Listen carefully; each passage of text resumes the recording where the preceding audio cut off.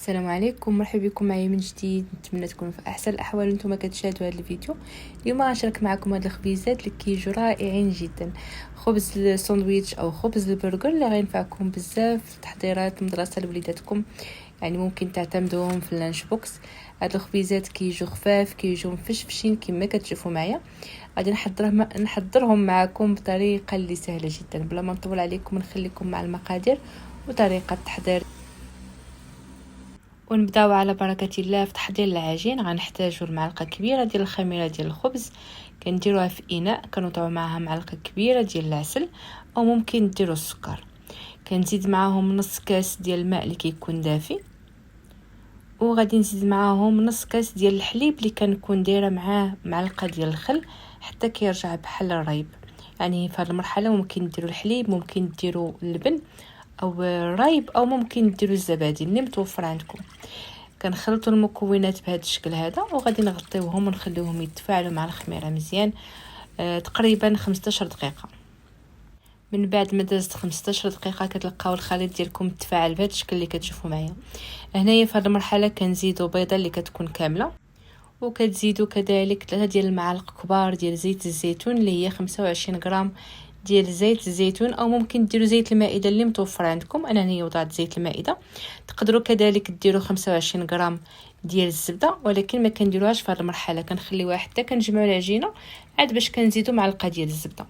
كما شفتوا معايا من بعد ما وضعت البيض والزيت كنخلطوا المكونات ديالنا مزيان. وفي هذه المرحله غادي نزيدوا 4 ديال الكؤوس عنبه ديال الدقيق الابيض اللي هي 400 غرام ديال الدقيق الابيض. كنديروا كذلك معلقه عامره ديال الملحه، معلقه صغيره عامره ديال الملحه اللي هي 10 غرام ديال الملحه. بالنسبه للمقادير كنخليهم لكم مكتوبين في الشاشه، وكذلك غنكتبهم لكم في صندوق الوصف. من بعد ما كنزيدوا الدقيق والملحه كنجمعوا المكونات ديالنا بهذه الطريقه اللي كتشوفوا معايا. كتحاولوا هاد العجينه كتبغي صراحه تدليك، ممكن انكم ديروها بفكايه غير في اناء، او ممكن ديروها في العجانه ديالكم وتخلوا العجينه ديالكم تدلك مزيان. وهذا هو القوام ديال العجينه من بعد ما كندلكوها مزيان. شوفوا كيفاش كيجي القوام ديالها، كتكون رطبه وفي نفس الوقت ما كتلصقش لينا في اليدين. هنا من بعد ما عجنا العجينه ديالنا مزيان غادي نضعوها في اناء، وغادي نغطيوها بلاستيكه ونغطيوها كذلك بمنديل ونخليوها تخمر. ضروري انها تخمر مزيان ويضاعف الحجم ديالها. بالنسبه للمده ديال الاختمار كتكون تقريبا من 20 حتى 30 دقيقه. فاش كيكون الجو بارد وكنبغيو نسرعوا العمليه الاختمار كنديروا هذه الطريقه. كنوضعوا اناء اللي كنوضعوا فيه الماء اللي كيكون مغلي، وكنوضعوا فوق منه الاناء اللي فيه العجينه، كنغطيوهم بجوج وكنخليوهم بهذه الطريقه دغيا تخمر لينا العجينه، او دغيا كتطلع وكيضاعف الحجم ديالها.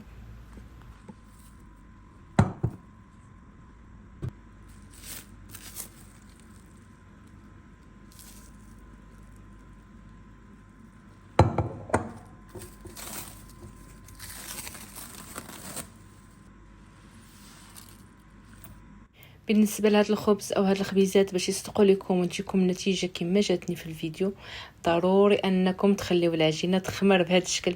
خصها تخمر مزيان حتى كيضاعف الحجم ديالها. عاد من بعد كنشكلوها. هنا كتاخذوا العجينه وكتشكلوها على حسب نتوما القطع قداش بغيتوهم، كبار او صغار. انا هنايا غادي ندير كل قطعه الوزن ديالها تقريبا 100 غرام. في الاول درت 5 القطع، ولكن من بعد غادي نقص منهم وغادي ندير 6 ديال القطع ديال خبز ساندويتش او خبز البرجر. من بعد ما كنقسموا العجينه كناخذوا القطع ديالنا وكنشكلوهم على شكل كرات بهذا الشكل اللي كتشوفوا معايا. في هذه المرحله ممكن تستعملوا الميزان باش يجيكم الكرات كلهم بحجم واحد.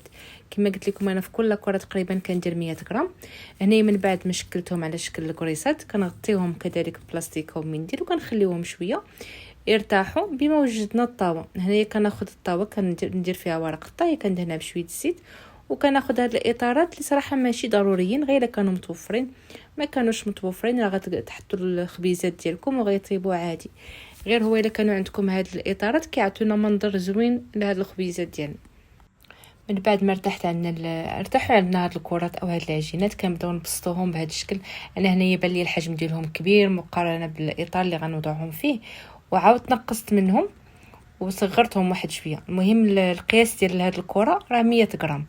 بالنسبه للقياس ديال الاطار حتى هو غادي نعطيكم العبار ديالو.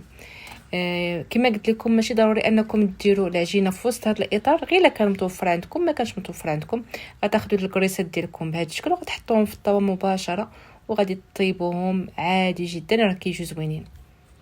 كما غيبان لكم في الفيديو بالنسبه لهاد الاطارات انا كندهنهم بالزيت او بالزبده وكنلبسهم بورق الطهي من الجناب. بهذه الطريقه كنضمن ان العجينه ما تلصقش ليا معاهم. هنا من بعد ما سالينا التشكيل ديالهم كنعاودو نغطيوهم بلاستيكه وبمنديل وغادي نخليوهم يخمروا مده 15 دقيقه. من بعد ما كنلقاو الحجم ديالهم ارتفع بهذا الشكل اللي كتشوفوا معايا، كناخذوا الصفر ديال البيضه اللي كنخففوه بالماء وكنبدا ندهن في الوجه ديال العجينه غير بشويه باش ما كتهبطش ليه العجينه. هنا كيبقى لكم الاختيار، يا اما كديروا صفر بيضه مع الماء وكدهنوا به الوجه ديال العجينه، او ممكن تاخذوا غير الحليب بوحدو وكدهنوا به الوجه ديال العجينه. يعني هنايا كيبقى لكم الاختيار، بجوجهم كيعطوا نفس النتيجه. كنزينوا الوجه بحبات ديال السمسم او بالسنجلان، او ممكن ديروا اي نوع ديال الزراره متوفره عندكم، او تخليوهم بلا ما ديروا لهم حتى حاجه من الفوق. صافي بهذه الطريقه كندخلوهم الفران اللي كيكون مسخن من قبل على 180 درجه. كنخليو الفران ديالنا حتى كيسخن مزيان، عاد من بعد كندخلوا ليه الطاوه وكنخليوهم يطيبوا مزيان حتى كيتحمروا كيذهب اللون ديالهم بهذا الشكل اللي كتشوفوا معايا.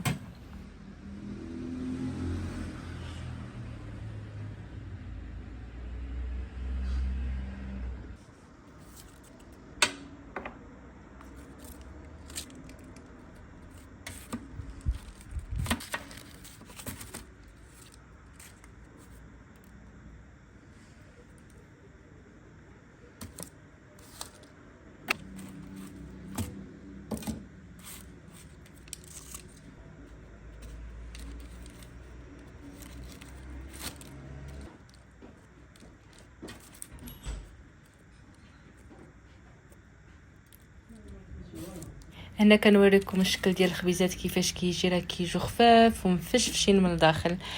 صراحه كيجيو زوينين بزاف. انا اكيد الا جربتوا هذه الوصفه غادي تعجبكم. غير هو ديروا هذه الطريقه كما درتها معكم انا، يعني عطوها على الخاطر وخلاها في كل مره خليوها تخمر باش تحصلوا على نفس النتيجه. غادي نقسم معكم وحده ونوريكم كيفاش كتجي من الداخل. غير هو انا قطعتها هنايا وهي باقه سخونه، يعني خلوهم حتى يبردوا مزيان عاد باش تقطعوهم من الداخل وغادي تشوفوا كيفاش كيجيو. انا كما قلت لكم انا قسمتهم هما باقي سخان، شوفوا كيفاش كيجيو رطبين وكيجيو خفاف وخاويين من الداخل. بالنسبه لهاد الخبيزات صاوبوا كميه كبيره منهم واحتفظوا بها في المجمد، راه كيبقاو محافظين على الطراوه ديالهم مده طويله لانهم معجونين بالحليب، وكذلك فيهم معلقه ديال الخل اللي كتخليهم كيبقاو هشاش وكيحافظوا على الطراوه ديالهم مده طويله. بالنسبه للحشوه ديال هاد الخبيزات ديال البرجر او خبز ساندويتش تقدروا ديروا اي حاجه بغيتوا، يعني كيبقى لكم الاختيار في الحشوه ديالهم. انا غير بغيت نوريهم لكم هنايا كيفاش كيجيو هما معمرين. وصلنا لاخر الفيديو. الا عجبتكم الوصفه ديال اليوم ما تنساوش دير لايك للفيديو، خليوا لي تعليقاتكم والى فيديو قادم ان شاء الله.